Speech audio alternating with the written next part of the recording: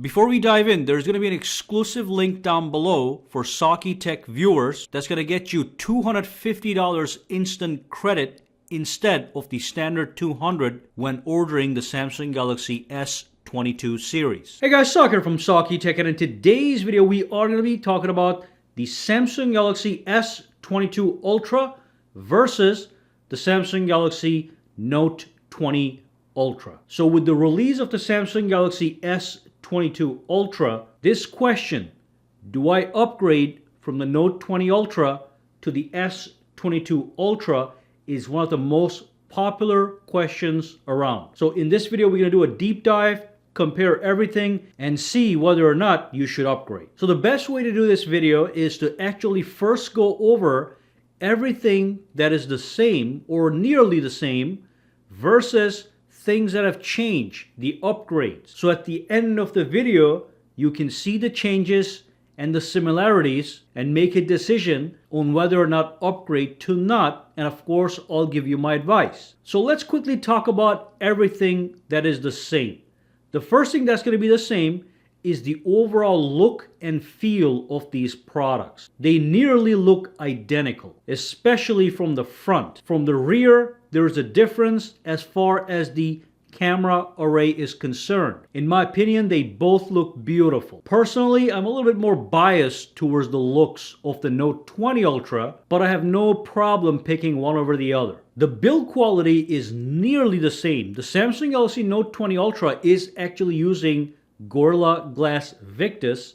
The Samsung Galaxy S22 Ultra is using Gorilla Glass Victus Plus, so there's a slight upgrade in the build quality. Nothing dramatic. We have the same water resistance IP68. We've got stereo speakers on both of these smartphones and they both sound great. The S22 Ultra is going to be slightly better. Again, nothing dramatic. And obviously the dimensions are the same, so they're going to feel exactly the same in your hands, which is great. The next thing that is pretty much the same is the software. They're both running One UI 4.0. The S22 Ultra has 4.1, but there's nothing major going on here. Again, minor differences. Largely, the software is the same exact experience. The next thing that is quite similar, but it's a little bit tricky, is the S Pen.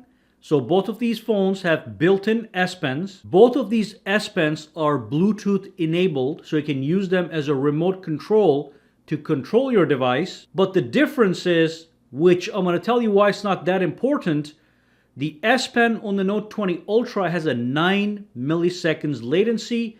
S22 Ultra is 2.8 milliseconds latency. What that means is, the lower the latency, the more natural it feels when you're writing or sketching on it. And honestly, the only people that should care about this are the people that use their Note devices for sketching and for writing all the time to a crazy degree. For somebody that is an artist and they use their Samsung Note to sketch art, they take their time with it, it might make a difference. So again, it is a big difference as far as numbers are concerned, but in real life, it's not a huge deal.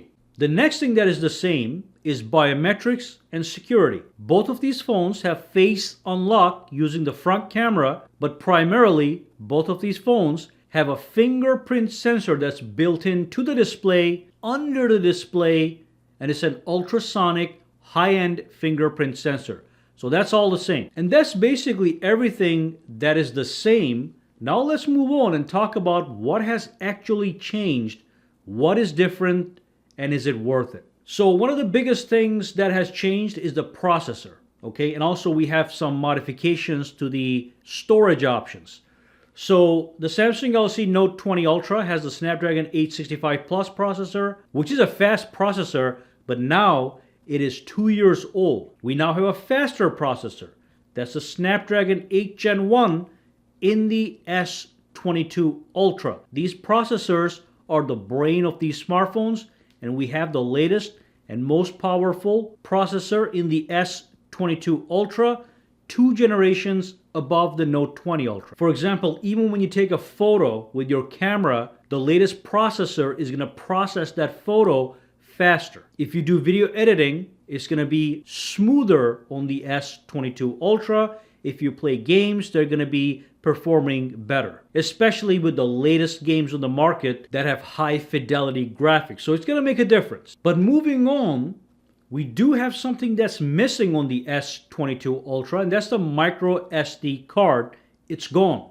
The Samsung Galaxy Note 20 Ultra still has a micro SD card, so you can expand your storage if you want. But the S22 Ultra does not have a micro SD option, and the maximum you can get as far as memory is concerned is up to 1 terabyte. So just think about it. If you're a Note 20 owner and you have a micro SD card, and that's a large part of your user experience, you want to pay attention to it and make sure you balance it out with the other differences before you make the upgrade. But if you have never used a micro SD card and never filled out your storage, then that's not a big deal. You can just boom, don't even worry about it. Beyond that, both of these phones have the 12 gigabyte RAM option, and the biggest difference is the processor and the lack of the SD card on the new phone. Now, another category where we do have a difference is the screen. Now, here's the funny part. The Note 20 Ultra has a slightly larger 6.9-inch screen. The S22 Ultra has a 6.8-inch screen, but S22 Ultra is using the most up-to-date Samsung mobile display technology, and also it is going to be brighter than the Note 20 Ultra. Note 20 Ultra is rated at 1500 nits brightness, but the S22 Ultra is rated at 1750 nits of brightness. Probably the phone with the highest brightness in the world right now. And where this matters is if you are under direct sunlight, it's going to be easier to see what's on the screen of the S22 Ultra, whether you are reading something or even if you are taking a photo, you're going to see the viewfinder in the display much better in direct sunlight. That's not to say the Note 20 Ultra is bad in any way. It is a high-end display. S22 Ultra is simply better. It's going to be simply clearer. Another difference is you get a battery boost on the S22 Ultra. Now it is a 5000 milliamp hour battery. The Note 20 Ultra is 4500 milliamp hours. They're both going to last a full day, but that extra 500 milliamp hours on the S22 Ultra is going to translate to almost 1 hour of extra battery life, and even a little bit more than that based on your usage. So we do have a larger battery on the S22 Ultra. As far as charging is concerned and battery features are concerned, they're approximately the same. Both of them have the ability to charge with 45 watt super fast charging if you buy a charging brick separately for that option. Both of these phones have fast wireless charging, and of course both phones have reverse wireless charging feature. So that's the battery. So one of the biggest differences between these two phones is going to be the camera. Okay, so let's take a look at the specs real quick. The Samsung Galaxy Note 20 Ultra has 3 cameras. We have a 12 megapixel ultra wide, 108 megapixel main wide angle, and a 12 megapixel telephoto camera, and of course we have laser autofocus. The Galaxy S22 Ultra has a similar setup, but it does use an upgraded camera sensor, and also there's going to be a lot of software improvements. So we have a 12 megapixel ultra wide camera.